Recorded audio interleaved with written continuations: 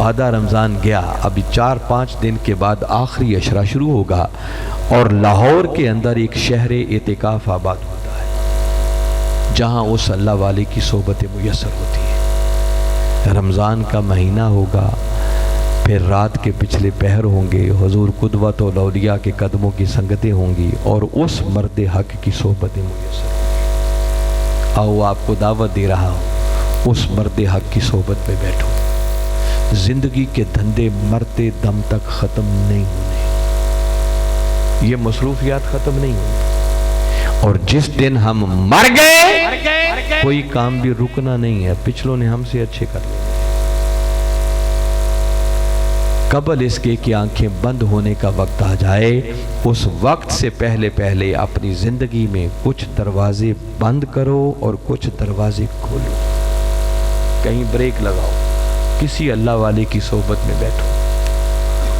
کچھ معلوم نہیں ہے اس کی صحبت کوئی بات ایسا اثر کرے کہ زندگی کی راہیں بدل جائے۔ ہم نے اس زندگی کے مزے دیکھے ہیں جس کی حیثیت مچھر کے پر جتنی بھی نہیں ہے، اور اگر اس آخرت کی فکر لگ گئی تو اس میں مزہ ہی کچھ ہو گئے۔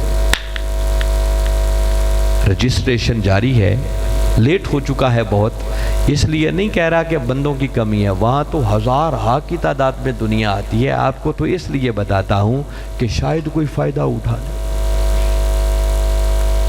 ایسے لوگ آتے رہتے ہیں، وہ اپنی اپنی بولیاں لگا کے چلے جاتے ہیں۔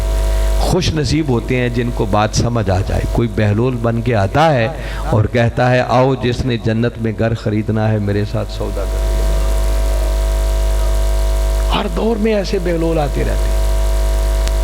رہ گیا شیطان تو وہ بدبخت لوگوں کو سمجھ نہیں آنے دیتا، اس نے تو اللہ کا رسول سمجھ میں نہیں آنے دیا، باقی تو چھوٹی باتیں ہیں۔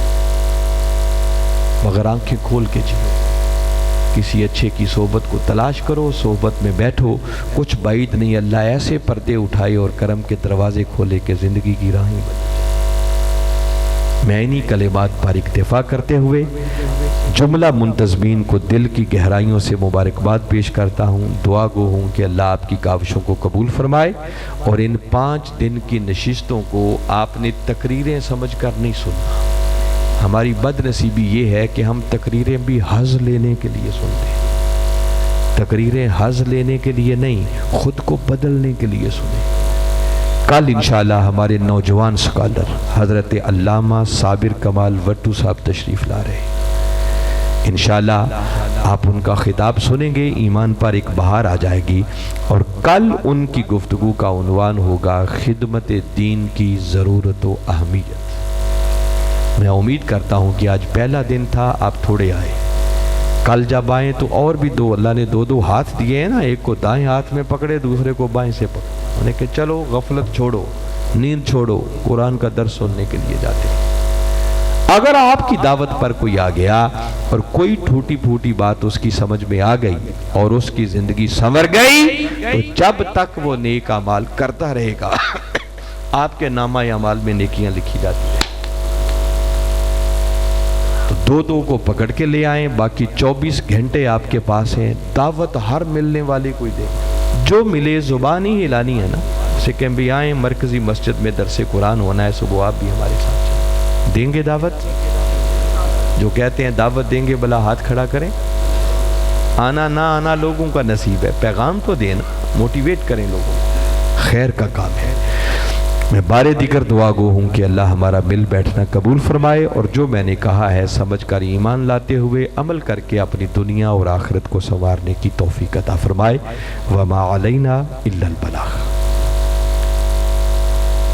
محمد و اصحاب سیدنا و مولانا محمد و بارک وسلم۔ مولا یہ درس قرآن کی نشست ہوئی، اپنی بارگاہ میں قبول فرما۔ دور و نزدیک سے ہمارے بھائی بزرگ بچے مائیں بہنیں آئی ہیں، مولا ان کا اٹھنے والا ہر قدم اور گزرنے والا ہر لمحہ اپنی بارگاہ میں بطور عبادت قبول فرما۔ مولا یہ تیرے قرآن کی محبت لے کر آئے ہیں، ہم اس قابل نہیں جو کسی کو قرآن سمجھا سکیں، مولا تو اپنی بارگاہ سے ہم سب کے لیے قرآن کی ہدایت کے دروازے کھول دے۔ مولا اپنے محبوب کی سچی اور سچی محبت عطا فرما، ان کی سیرت طیبہ کو اپنا اوڑھنا بچھونا بنانے کی توفیق عطا فرما۔ مولا ہمیں آخرت کی فکر کو اپنا حال بنا کر اس آخرت کی تیاری کرنے کی توفیق عطا فرما۔ مولا ہمارے صغیرہ و کبیرہ گناہوں کو معاف فرما، رمضان المبارک کی ان پر نور ساعتوں کے صدقے جو بیمار ہیں شفاء کلی عطا فرما، جو اس دنیا سے پردہ کر گئے مولا ان کی بخشش و مغفرت فرما، بالخصوص ہمارے محترم اشرف صاحب جو پردہ کر گئے ہیں مولا ان کی بخشش و مغفرت فرما، مولا ان کی قبر کی منزلوں کو آسان فرما، ان کی قبر کو تا حد نگاہ وسعت عطا فرما، ان کے جملہ لواحقین کو صبر جمیل عطا فرما، مولا جو بے اولاد ہیں ان کو اولاد کی نعمت عطا فرما، جو بیٹوں کے طلبگار ہیں مولا بیٹوں کی نعمت عطا فرما، جو بیٹیوں کے خواہش مند ہیں مولا ان کو بیٹیوں کی نعمت عطا فرما، مولا جن کو اولادیں عطا کی ہیں ان کی اولادوں کو نیک اور صالح بنا، اور اس رمضان کے مہینے کو مولا ہمیں اپنی بخشش کا ذریعہ بنانے کی توفیق عطا فرما۔ وصلی اللہ تعالی علی خیر خلقہ محمد وعلی آلہ واصحابہ اجمعین برحمتک یا رحمن۔